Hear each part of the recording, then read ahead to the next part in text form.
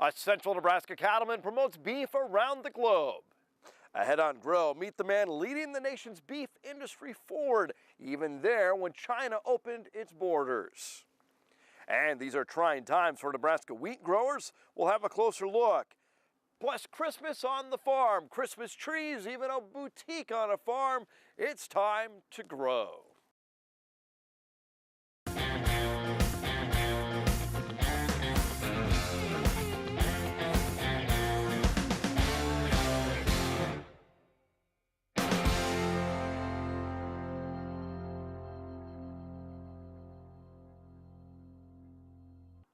When China opened its borders to U.S. beef, a Dawson County cattleman was there. From the feedlot to Capitol Hill, Craig Uden is making an impact on behalf of the beef industry.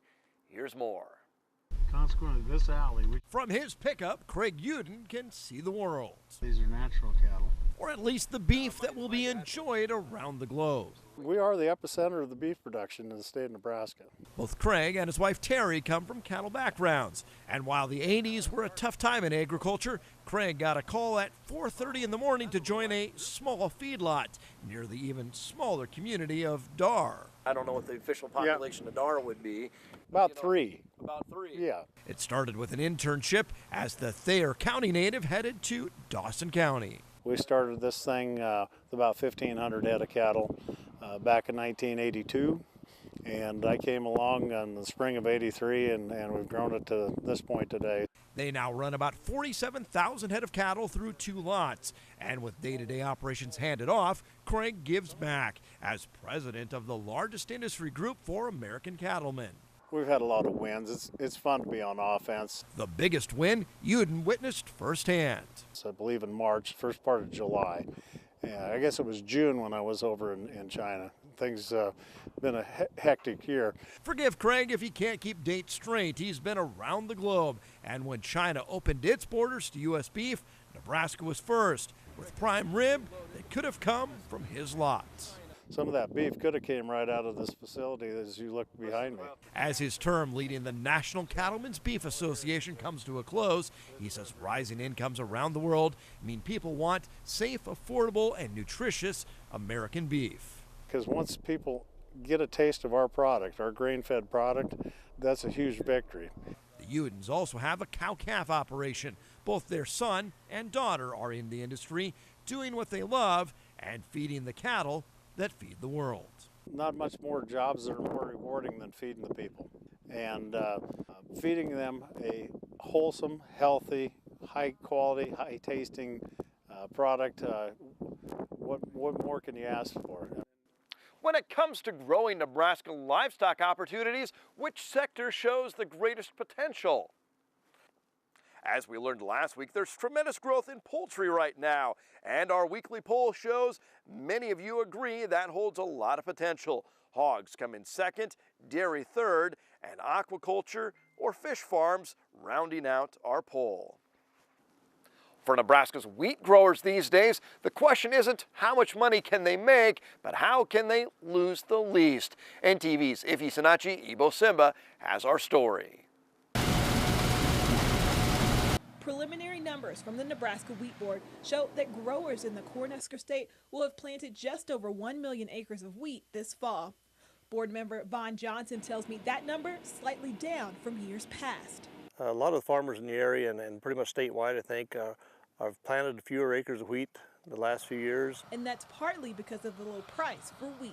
The main reason the prices are staying low is because of the wheat available worldwide, and with competition from other foreign countries around the world, it's just holding the price down. Couple that with increasing production costs, and it's a recipe for any operation to start hemorrhaging money. Truth is, especially for our wheat farmers, the last 2 to 3 years, most of our farmers have lost money growing wheat.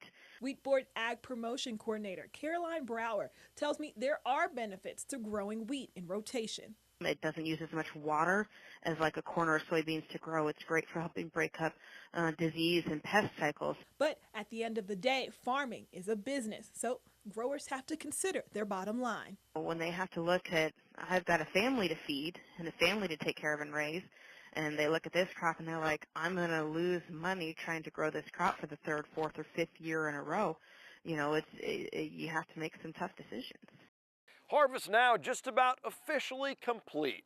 The final crop progress report of the year shows good weather for anyone wrapping up corn harvest. As the Thanksgiving weekend came to a close, temps were 6 to 15 degrees above normal with no moisture. Corn harvest officially 97% complete. Winter wheat continues to be a challenge with the conditions 52% good, 31% fair. Soil testing and fertilizer, the subject of a conference this past week. This company says when it comes to a farmer's yields, the cost per acre is not important. What's important is the cost per bushel. If we can grow 450 bushel corn, but we're losing 50 bucks an acre, that's not a great idea. If we can grow 250 bushel corn and make 100 bucks an acre, fantastic idea. And it may be a good time to get farm work on the northern plains. The USDA has released a report about farm labor in a region that includes Nebraska and Kansas, along with North and South Dakota. There were 36,000 farm workers hired directly by farmers and ranchers in July, and 40,000 workers this fall. Those numbers are up. Average wage, $13.83 an hour for field workers. Livestock workers make $12.89 on average. Hired hands put in about 44 hours a week during the summer and more season. Porcine reproductive and respiratory syndrome costs the industry more than $600 million a year. Research at Kansas State shows promise that could stop PRRS in its tracks. It's just like your front door. You have a handle.